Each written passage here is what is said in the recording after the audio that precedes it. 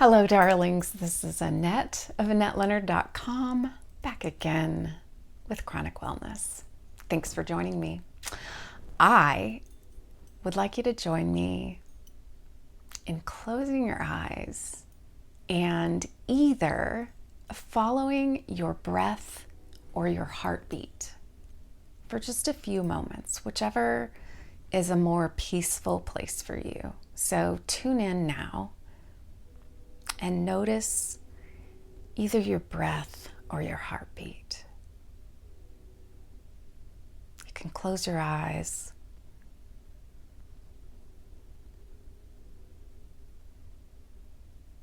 And I want you to imagine a horizontal beam of light that is going to start just slightly above your head.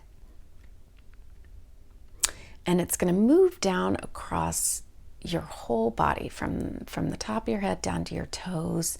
And as it does, I want you to just take stock. So start above your head, and now we're going to come down across your forehead and your eyes and your nose, down across your mouth and your neck, across your shoulders and your chest. At the same time, moving across your arms, down your torso, through your waist and down through your lower arms, across your hands and your hips, moving down across your thighs and your fingertips, to your knees, and now your shins, to your ankles, and now to your feet, making sure that you hit your soles of your feet and those toes.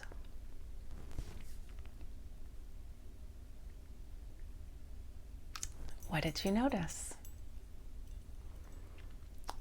Did you feel searing pain?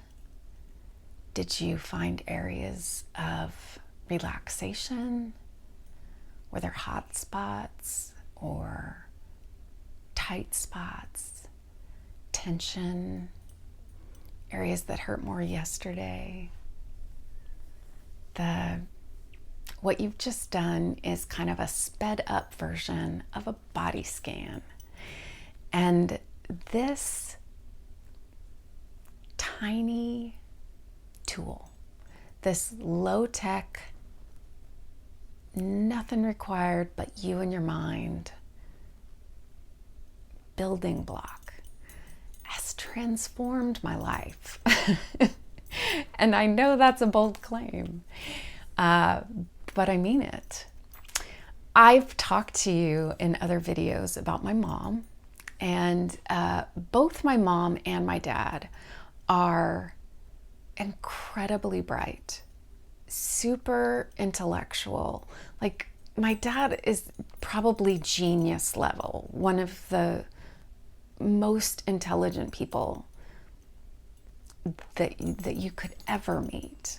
And my mom is not far behind in that. And both of them were so identified with their intellect and with intellectual pursuits and with the life of the mind. Like, really, neither of them played sports much or really identified very strongly with their bodies. And I think that's just an interesting thing to make note of. I don't think that that's, a judgment call. I think we're just all wired differently is the truth of that. But what that means is that I just had more of a distance to learn about how to inhabit my body. My mother, who died 3 years ago now, was ill from the age of 16, and at many times in her life, very critically ill. She herself passed through a couple of expiration dates given to her by physicians, and was a medical miracle in her own right. And because she was raised with this ethic that to say something, you only say something nice, because to say anything that's not nice is complaining. She really took that to heart and embodied that so completely that she really would not speak about her own bodily experience because she thought it was complaining. And to the tune of, I would say, Mom, how are you feeling today? And if she wasn't feeling well, she'd turn that around into like, so glad we're here together. She'd answer the question so masterfully that if you weren't paying attention to the fact that she hadn't answered the question, you'd never know that she hadn't answered the question, because she'd give you a pleasant answer, always a pleasant answer, without answering what you'd actually asked. And I learned that from my earliest days. And what that meant was that as an adult, I didn't know how to tune into my own experience. One of the things that has driven my wife bananas about me is that she'll ask me a very direct question like, would you rather have your eggs scrambled or fried? And I'll say, whichever is easier for you. I don't know the answer. And so I'll give back like a bunch of options to her, or I'll give back something that's like, you choose, instead of taking ownership of decisions that are about what I would prefer.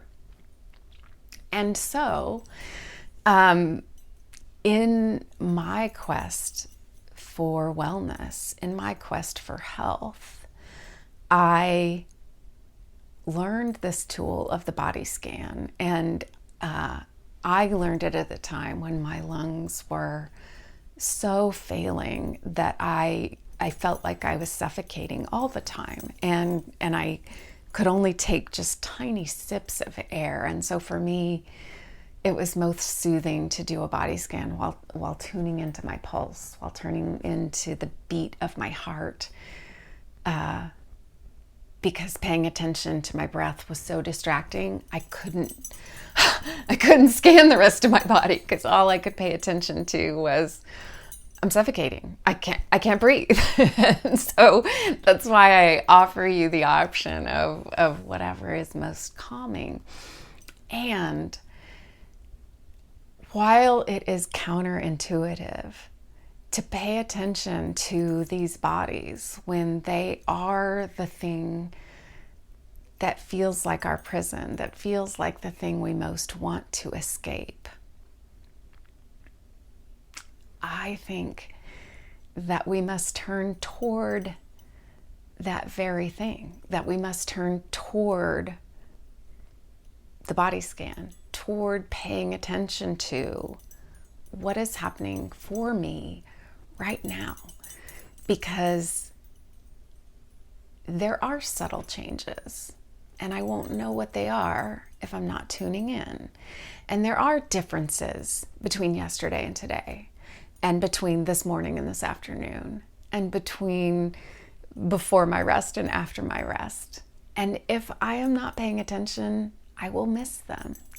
And if I am trying to maximize how I am expending my energy each day, I can't do that if I'm not tuning in.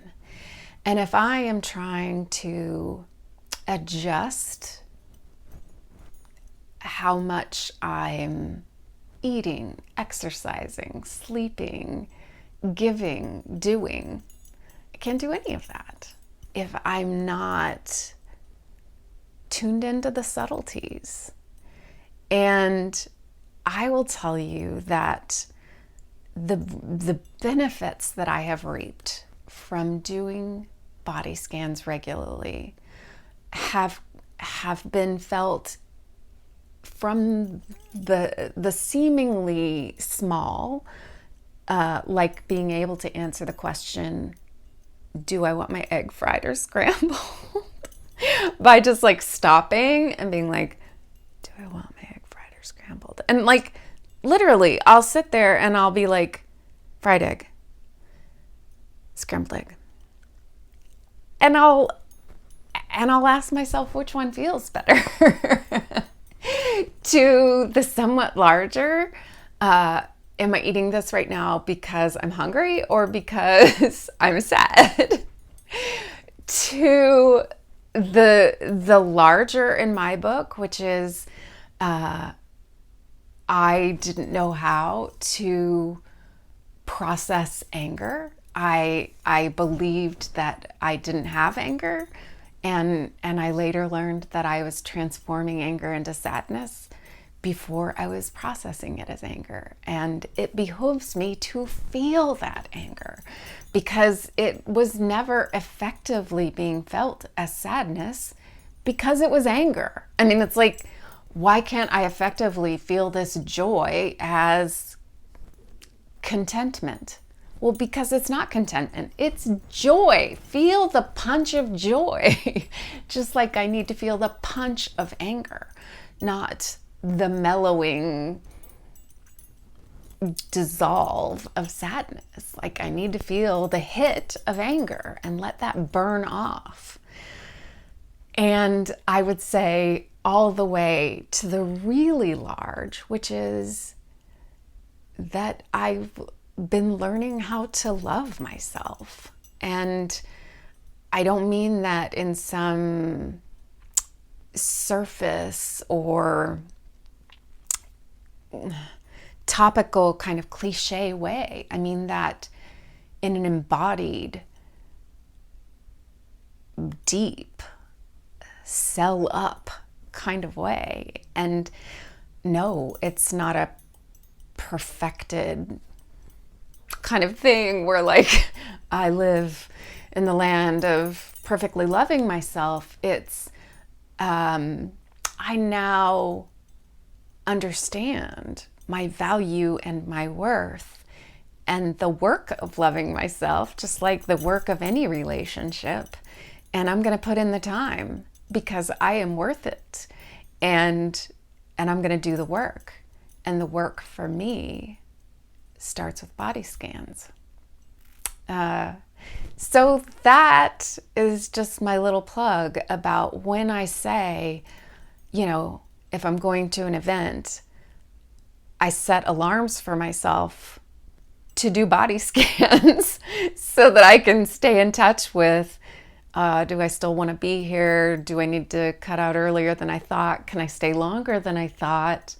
Is this still the conversation I want to be in? All of those things, that is why body scans are so crucial to my well-being, and why, if you are not doing them regularly, I'd suggest you give it a try. And you can do that starting now. And my very best recommendation is that you tie them to other habits. So for example, every time I wake up, before I put my feet on the ground, I do a scan. Every time I take a shower, when I'm wrapping the towel around myself, I do a scan. Every time I'm brushing my teeth, I do a scan.